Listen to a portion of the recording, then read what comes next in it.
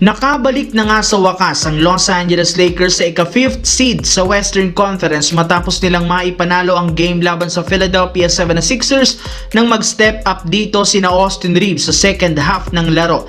Ang maganda pa dyan, umangat muli sa 31 wins, 19 losses ang kanilang record sa West kung saan tabla nga sila sa ika-4th seed na Houston Rockets at 1 game lang naman ang pagitan nila ng 3rd seed na Denver Nuggets. Kaya may pag-asa silang tumaas pa sa standings kapag naipanalo ang mga susunod na laban.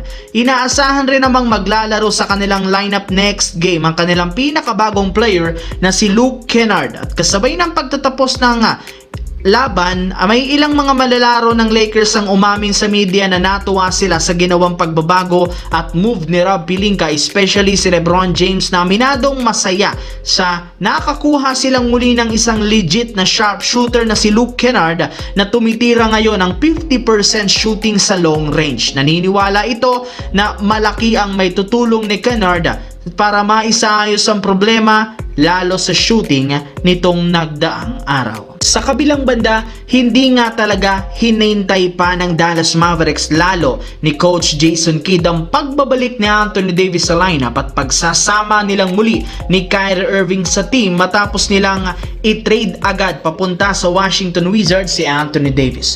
Mas minili ng front office tanggalin ito para makakuha ng bagong player, and guess what? Maganda ang nakuha nilang kapalit ni Davis. Kasunod ng pagkakatrade sa kanya, ito ang nagsabi sa interview, wala siyang sama ng loob sa dating team na Dallas Mavericks. Naiintindihan niya ang ginawang ito dahil business, NBA is business. Medyo nanghihinayang lamang siya dahil katandem sana niya dito si Kyrie Irving. Malaki sana ang potensyal nilang dalawa. Sinabi rin naman ito, papatunayan niya na isa pa rin siya sa pinakamagaling na big man as of this season dahil sisikapin niyang maiangat ang Washington Wizards at mapatunayang mali ang pag-trade sa kanya ng Los Angeles Lakers at Dallas Mavericks. Sa kabilang banda, wala nga pong nangyaring trade kaninang madaling araw sa Milwaukee Bucks at hindi nga nila tinanggal o i-trade si Giannis Antetokounmpo sa ibang koponan.